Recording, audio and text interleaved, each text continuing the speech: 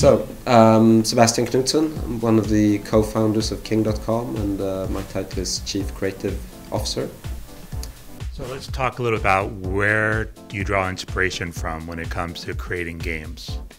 Ooh, that's everywhere. I mean, I'm a fan of any type of game. I play constantly, I guess, on my phone or on my Xbox or PlayStation 3 consoles, and I love anything that has to do with the game. But often you find inspiration also outside games. Any sort of interactive mechanic in itself can be sort of interpreted as an interesting game mechanic. And I think our challenge here at King is often looking at very simple game mechanics, which means it's about finding sort of small seeds of a game mechanic that can become a strong casual game loop, if you will.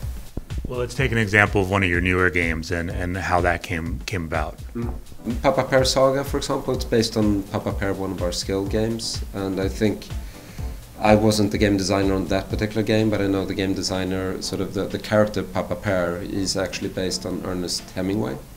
That's why he's called Papa, and that's why the pear has a beard, actually. So sort of small seeds of how to build out a character that sort of makes sense. It doesn't really tie into the story, but it gives the drive of the character and how he works. And I think in other cases it could be that you look for a seed in a game and you look at two different games and you see that if you mash those two mechanics together, that can form something very interesting. So on Papa Pear, for example, the game starts very much like our skill game, but we've introduced new game mechanics that are the type of game mechanics you see often in physics-based type of mobile games that I think people will recognize and sort of connect with. So it's about using that starting point of the game and then extending it further into something that becomes interesting over a couple of months gameplay that should be deep enough to live with, if you will. What do you feel that for that particular game, having been developed in Barcelona, what that culture adds to the gameplay experience? I think it's a very experienced game team. It's not their first game, it's the first game with King, but a lot of the members there, they've worked in the game industry, both the mobile and social games, for a couple of years. So I think that it's been fun and a great experience to have their experiences from different genres that they could apply to on how to structure the economy of the game, to maybe our experience comes very much from the gameplay perspective. And we've been able to sort of riff off each other on how to sort of expand that idea into a bigger game and find something that's a slightly new flavor of game for King, actually.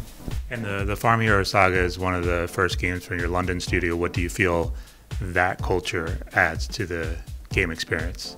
I think they've done a great job. I think Farm Heroes is probably one of our most polished games this early. Well, what I showed you was an early soft launch build, and they've done games before as well, and they're really down into the nitty-gritty details of making sure that every piece of the game gels together. And I think that's been, I think our experience very much at King has been very much about moving fast, sort of launching, testing, improving, testing. And I think that their culture has been slightly more meticulous about the details, which has been interesting to see, and it's really added sort of it raised the quality bar a bit higher on the soft launch even.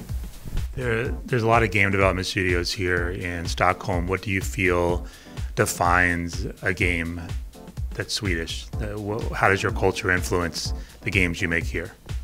I think we're very receptive to other cultures, if you will. And in that sense, I think Swedes are sort of very much, I mean, we enjoy American culture, European culture. There's nothing left of what used to be Swedish food anymore, so we just want to sort of get inspiration from different countries and games. And I think, so when I look on like some of the strongest games built out of Sweden, it's very hard to look at Battlefield or Minecraft or our games and say they're typically Swedish. I think we're much more of an international country in that sense, because we're small countries, we're open to input rather. What role do you feel that has played in the global popularity and success that your King games have had around the world? I mean, as a Swedish company and partly European, you have to go look outside your own country to succeed. If you stay in Sweden or if you stay in one European country, you never become big enough, that you outgrow your country too fast. So you have to be versatile. You have to think about how do you localize, how do you adapt to different tastes, and how do you solve it technically with the languages. So I think it's a challenge that you take from day one, whereas maybe if you come from the US, your home market is so big, that's a challenge you usually think about year 2 or 3. And for us, that's sort of day one, where we have to plan for international expansion and international appeal of any product we do.